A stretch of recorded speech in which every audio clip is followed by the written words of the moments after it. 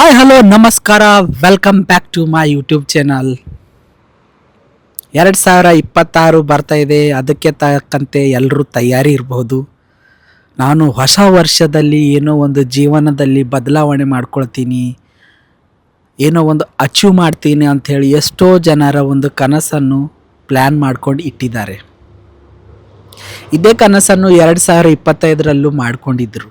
ಆದರೆ ಅದಕ್ಕೆ ಆದಂಥ ಪ್ರಾರಂಭ ಮಾಡಿಲ್ಲ, ಅದಕ್ಕೆ ಆದಂಥ ತಯಾರಿನೂ ಮಾಡಿಲ್ಲ. ಬಟ್ ಎಲ್ಲರಲ್ಲಿ ವಿನಂತಿಸಿಕೊಳ್ಳುವುದೇನೆಂದರೆ, ನಿಮ್ಮ ಸಮಯವನ್ನೊಂದು ವ್ಯರ್ಥ ಮಾಡೋಕ್ಕೆ ಹೋಗಬೇಡಿ. ಯಾಕಂತಂದರೆ 2025 ಕೂಡ ಮುಗೀತು. 365 ದಿನ ಹೇಗೆ ಕಳೀತು ಯಾರಿಗೂ ಗೊತ್ತಿಲ್ಲ. ಹಾಗೆ 2026ರಲ್ಲೂ ಕೂಡ ಅದೇ ಘಟನೆ ನಡೆಯುತ್ತೆ.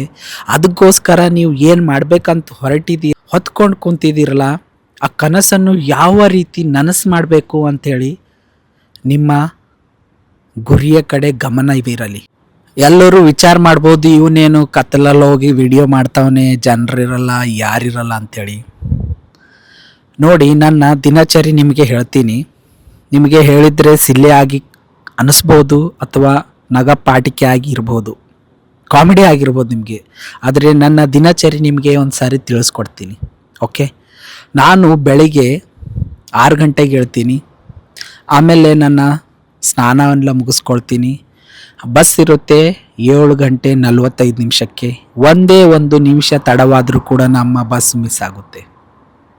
ಓಕೆ, ನಾವು ಇಲ್ಲಿ ಏನು ಕಲಿತೀವಂತಂದರೆ, ಸಮಯದ ಪ್ರಜ್ಞೆ ಬಹಳ ಬಹಳ ಇಂಪಾರ್ಟೆಂಟ್ ಅನ್ನೋದು ಇಲ್ಲಿ ನಮಗೆ ಗೊತ್ತಾಗುತ್ತೆ.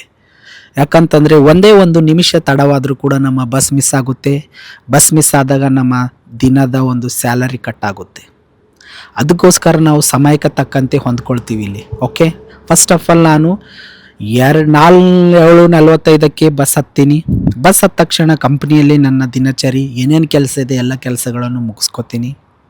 ಓಕೆ, ಮಧ್ಯಾಹ್ನದ ಊಟ ನಮಗೆ 12:45ಕ್ಕೆ ಸ್ಟಾರ್ಟ್ ಆಗುತ್ತೆ. ಅದರಿಂದ 2 ಗಂಟೆವರೆಗೂ ಊಟ ಇರುತ್ತೆ. ಅದರಲ್ಲಿ ನಿಮಗೆ ಯಾವುದು ಸಮಯ ಫ್ರೀ ಆಗಿರ್ತೀರ ಆ ಸಮಯಕ್ಕೆ ಹೋಗಿ ಊಟ ಮಾಡ್ಕೊಳ್ಬೇಕು.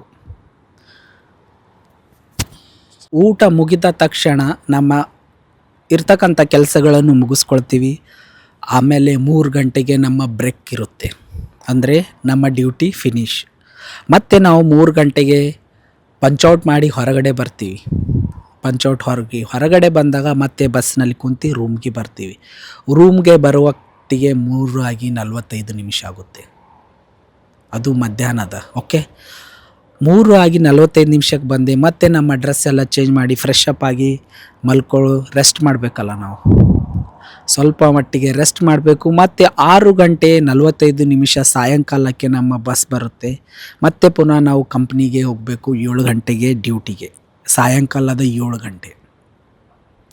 ಮತ್ತು 7 ಗಂಟೆ ಡ್ಯೂಟಿ ಹೋಗಿ ಮತ್ತೆ ನಮ್ಮ ಕೆಲಸಗಳನ್ನೇನೇನಿದೆ ಕೆಲಸಗಳನ್ನು ಮಾಡ್ಕೊಂಡು, ಊಟದ ಸಮಯ 8 ಗಂಟೆಯಿಂದ 10 ಗಂಟೆ ತನಕ ಊಟ ಇರುತ್ತೆ. ಆ ಸಮಯದಲ್ಲಿ ಊಟ ಮುಗಿಸ್ಕೊಂಡು ಮತ್ತೆ ನಾವು ಪುನಃ ರೂಮಿಗೆ ಬರಬೇಕು. ರೂಮಿಗೆ ಬರಲಿಕ್ಕೆ ಎಷ್ಟಾಗುತ್ತೆ ಗೊತ್ತಾ? 10:45 ಮೇಲ್ಗಡೆ ಆಗುತ್ತೆ, ಅದು ರಾತ್ರಿಯಲ್ಲಿ. ಮತ್ತೆ ಪುನಃ ಫ್ರೆಶ್ ಅಪ್ ಆಗ್ಲಿಕ್ಕೆ 11 ಗಂಟೆ ಆಗುತ್ತೆ. ಅಂದರೆ ಇಲ್ಲಿ 11 ಗಂಟೆ ಅಂತಂದರೆ ಇಂಡಿಯಾದಲ್ಲಿ 1 ಗಂಟೆ 30 ನಿಮಿಷ ಆಗುತ್ತೆ. ಅದಕ್ಕೋಸ್ಕರ ಪಬ್ಲಿಕ್ಗಳಲ್ಲಿ ವಿಡಿಯೋ ಮಾಡೋಕ್ಕೆ ನನಗೆ ಸಮಯವಿಲ್ಲ. ನನಗೆ ಧೈರ್ಯ ಇದೆ, ಮಾಡಬೇಕನ್ನೋ ಒಂದು ಛಲ ಇದೆ, ಬಟ್ ನನ್ನಲ್ಲಿ ಸಮಯದ ಕೊರತೆ ಇದೆ. ಅದಕ್ಕೋಸ್ಕರ ನಾನು ಸಿಕ್ಕಿರ್ತಕ್ಕಂಥ ಸಮಯದಲ್ಲೇ ವಿಡಿಯೋಗಳನ್ನು ಶೂಟ್ ಮಾಡೋಕ್ಕೆ ಪ್ರಯತ್ನ ಪಡ್ತಾಯಿದ್ದೀನಿ. ಹಾಗಾಗಿ ನಾನು ಡ್ಯೂಟಿ ಮುಗಿಸಿ ಏನು 11 ಗಂಟೆ ಇರುತ್ತೆ ಇಲ್ಲಿ, ಆ ಸಮಯಕ್ಕೆ ಒಬ್ಬಂಟಿಯಾಗಿ ಬಂದು ವಿಡಿಯೋಗಳನ್ನು ಮಾಡ್ತಾಯಿರ್ತೀನಿ. ಯಾಕೆ ಮಾಡ್ತಾಯಿದ್ದೀನಿ ಅಂತಂತಂದರೆ, ನಾನು ಕೂಡ ಒಂದು ಯೂಟ್ಯೂಬ್ನಲ್ಲಿ ಏನಾದರೂ ಸಾಧನೆ ಮಾಡಬೇಕು, ಅದು ನಿಮ್ಮ ಸಪೋರ್ಟ್ದಿಂದ ಅಂಥೇಳಿ ನಾನು ಪ್ರಯತ್ನ ಪಡ್ತಾಯಿದ್ದೀನಿ. ಅದಕ್ಕೆ ನಿಮ್ಮ ಕೂಡ ಸಪೋರ್ಟ್ ಕೂಡ ಬರ್ತಾಯಿದೆ.